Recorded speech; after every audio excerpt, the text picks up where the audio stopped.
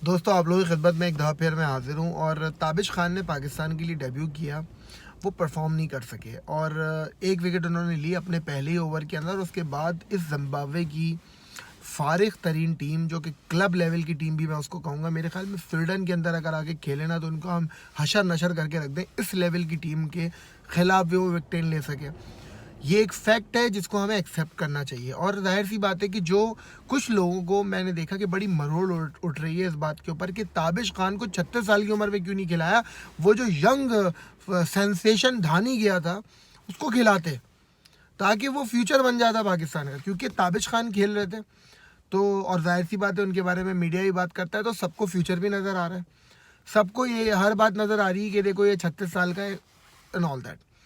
मैंने अपनी last video में भी ये बात बोली थी कि ताबिश खान का जो टाइम है वो गुजर चुका है। अब अगर आप उनको खिलाते हैं तो सिर्फ और सिर्फ उनको उनके साथ की हुई एक ज़्यादती का आप एक उनको एक कंपनसेशन करेंगे। और मैं इस आर्ग्यूमेंट को भी मानता हूँ कि यार आप क्रिकेट को या स्पोर्ट्स को इस तरह नहीं चलाते कि भाई तुम्हारे साथ ज़्यादती हुई थी हम तुम्हें एक मैच दे देते हैं। ये बात अपनी जगह ठीक है, लेकिन ये हमारे मुल्क के अंदर ये जो कल्चर है, ये पर्ची कल्चर, ये खुदा बनने का कल्चर, ये इंज़मामुल हक आते हैं फवाद आलम को, वो और उससे पहले वाले भी, लेकिन बाकायदा इंज़मामुल हक का मैं इसलिए नाम ले रहा हूँ कि बोल बोल के वो कहते हैं कि देखो उसका क्या स्टाइल है, अपने पास बुलाते हैं उसको फारिग कर देते हैं। आज हमारे मुल्क के अंदर कोई बंदा है कि उसको पकड़ के वो बोले कि यार तुम्हें शर्म नहीं आती, अब तुम बैठ कर रोज़ाना यूट्यूब के ऊपर उसकी तारीफ़ें करते हो।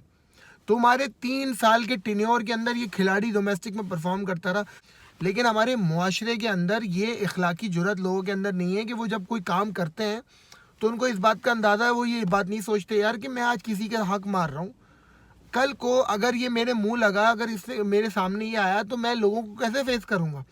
लेकिन लोगों को फेस करना कोई मसला थोड़ी है। जो जर्नलिस्ट है वो खुद तुम्हारे पैरों के नीचे बैठे रहते हैं। वो इंतमामुल हक का इंटरव्यू होता है तो एक ऊपर से आ रहा होता है, यहाँ से आ रहा होता है, क्योंकि ताल्लुकात बनाने ना हर आदमी के ताल्लुकात हैं। जिस आदमी का ताल्लुक है वो बेचारा अपना मुंह जो है वो बंद कर लेता है। जो कराची वाले जर्नलिस्ट होते हैं वो, चलो वो फवाद आलम कराची का, तो चलो उसके बारे में बात कर लेते हैं।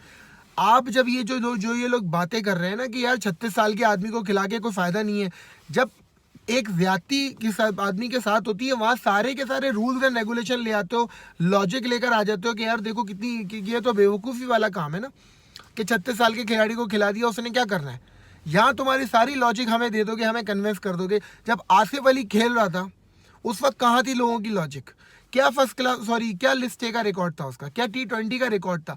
अब्दुल्ला शफीक बगैर एक कोई फर्स्ट क्लास खेले हुए वो कैसे टेस्ट स्क्वाड में आ गया, वो कैसे T20 खेल गया जिसको PSL में कोई नहीं खिलाता था।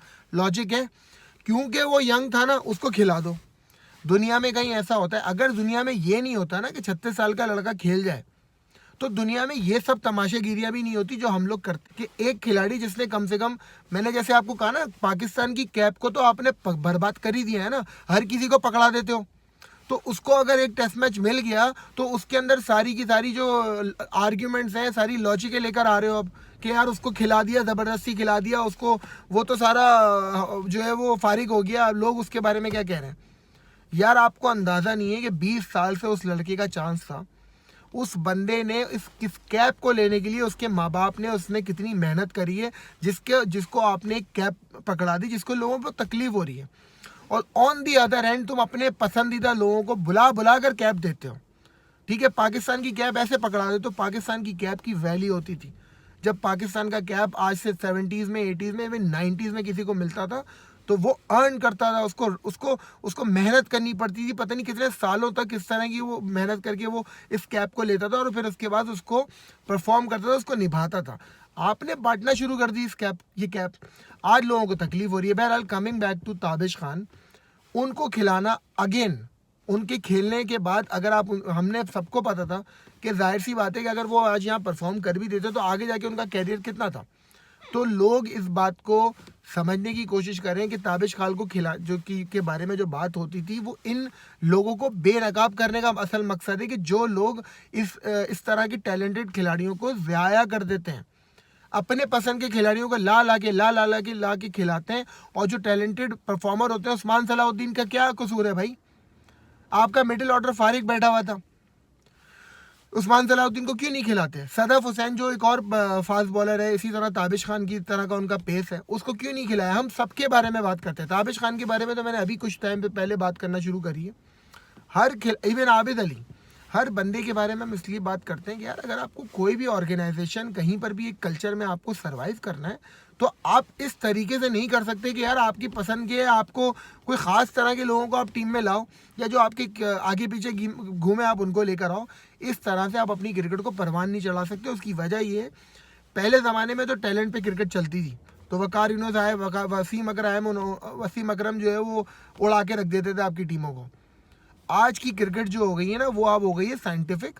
अब अगर आपने ऑर्गेनाइज तरीके से नहीं चले आप, कि अगर आपने नहीं प्रॉपर जो लोग डिज़र्व करते हैं, अगर आपने प्रॉपर प्रोडक्ट अपना नहीं बनाना शुरू किया, आपने अपनी फैक्ट्री नहीं लगाई जहाँ से आपका टैलेंट निकल कर आएगा, तो फिर आप सर्वाइव नहीं कर सकते। ये जो सारा पर्ची का कल्चर है ना कि अपना है उसको उठा लो, ये वाला नहीं चलेगा अब। ये अब बहुत हो चुका पाकिस्तान के अंदर कि आप अपनी पसंद के लड़के खिला कर एक वक्त ये आएगा कि आवाम सड़कों पे निकल के जो है ना फिर बातें करेगी। फिर ये होगा अब, क्योंकि अब आपका आ रहा है इस साल वर्ल्ड कप। अगर आप वर्ल्ड कप के अंदर, जो कि आपको हमें पता है कि आपका क्या हशर नशर होना है वर्ल्ड कप के अंदर, तो जब आप वर्ल्ड कप के अंदर अगर बुरी तरह हार के आओगे तो फिर लोग आपसे सवाल करेंगे। इसलिए अगर अपनी एडजस्टमेंट करनी होती है ना, जो भी लोग बैठ के ये सिलेक्शन करते हैं और करते रहे, एक खिलाड़ी कर लो भाई, पूरी की पूरी टीम के अंदर अपने पसंद के खिलाड़ी मत डालो। जो लोग डिज़र्व करते हैं, उनका शहर, उनकी ज़बान, उनका कल्चर ना देखो, चाहे वो कश्मीर से हो, चाहे वो पंजाब से हो, चाहे वो कराची से हो, सिंध से हो, चाहे वो बलूचिस्तान से हो, चाहे वो KPK से हो, चाहे वो गिलगित बल्तिस्तान से हो, कहीं से भी वो खिलाड़ी बिलोंग करते हैं, उसको उसके टैलेंट पर, उसके मेरिट के ऊपर खिलाओ।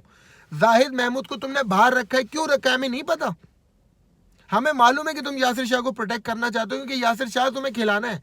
तुम चाहते तो जाहिद महमूद को भी मौका दे सकते थे इस टेस्ट मैच में या पिछले वाले में, लेकिन जाहिर सी बात है कि यासिर शाह आपको चाहिए तो आपने उसको प्रोटेक्ट करा। इस तरीके से अगर आप अपनी सिलेक्शंस करोगे, जो कि हमें नज़र आता है यार, लोग पागल नहीं हैं। जो लोग क्रिकेट को फॉलो करते हैं उनको सबको पता है कि आप क्या कारीगरी करते हैं पीछे बैठकर, हमें सब मालूम है। तो बहरहाल इस तरह की जो कारनामे किए जाते हैं, इसी से आपकी क्रिकेट जो है वो तबाह हो गई है। हम लोग यहाँ बैठ के यार वो जिम्बाब्वे और वो, अबे भाई दुनिया कौन सी लेवल की क्रिकेट खेल रही है, हम जिम्बाब्वे से खेल रहे हैं आकर। इस जिम्बाब्वे की टीम से मैं अंडरस्टैंड कर सकता हूँ, अजहर अली का स्टेटमेंट आया है कि यार हम परफॉर्म करते हैं तो हमें कहा जाता है कि जिम्बाब्वे के खिलाफ परफॉर्म कर दिया, और ना परफॉर्म करते तो कहते हैं यार जिम्बाब्वे के खिलाफ भी परफॉर्म नहीं कर सकता। मैं अंडरस्टैंड करता हूँ इस बात का। तो ये अपने नाअहल बोर्ड को बोलो ना कि क्यों ली थी सीरीज़ जिम्बाब्वे के खिलाफ। किसी ने बोला था आपको कि यार सीरीज़ लो? अगर आपके खिलाफ आप इंडिया से नहीं खेलते, FTP आपको नहीं मिल रहे थे, तो अपने मैचेस पूरी करने के लिए जिम्बाब्वे से खेलते रहोगे सारा साल? आप ना खेलो क्रिकेट, डोमेस्टिक खिलवाओ इन खिलाड़ियों को। इससे बेहतर तो ये हो जाएगा, आपकी डोमेस्टिक थोड़ी सी इंपॉर्टेंट, थोड़ा उसका जो कंपटीशन है वो बेहतर हो जाएगा।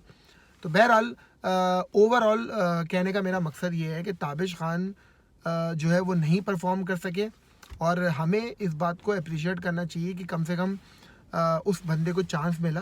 और मकसद इस बात का ये है कि आगे आने वाले वक्त के अंदर ये हाल ना हो कि एक बंदा जिसको 5 साल 10 साल पहले चांस मिलना था, वो बहुत बाद में आके जो है वो ले सके। हर कोई फवाद आलम नहीं होता कि वो आए और आके उसने अपने आप को प्रूफ कर दिया, वरना फवाद आलम भी का भी यही हाल हो सकता था। अगर वो नहीं परफॉर्म करते न्यूजीलैंड के अंदर तो उनका भी यही मिसाल बनती, फिर उनका भी लोग मजाक उड़ाते कि देखो यार ज़बरदस्ती बोलते रहते, दिमाग खा लिया था, अब इसको खिलाया, कुछ नहीं कर सका। आज लोग तारीफ़ें कर रहे हैं उसकी। तो दुनिया के लोगों का यही हाल है। जो चढ़ता सूरज होता है ना, हर आदमी उसकी पूजा करता है, लेकिन जो चीज़ सही और हक होती है उसका हमें उस बात को समझना चाहिए। ताबिश खान को खिलाने का मकसद ये नहीं था कि ताबिश खान से बेहतर टैलेंट पाकिस्तान में नहीं है। बात बेसिकली उनके बारे में इसलिए होती थी कि आपने उसको ज़्यादती करी, 2 साल पहले भी आप उसको खिला सकते थे। बहरहाल अगर आपको वीडियो पसंद आए तो उसको लाइक कीजिएगा, शेयर कीजिएगा। अल्लाह हाफ़िज़।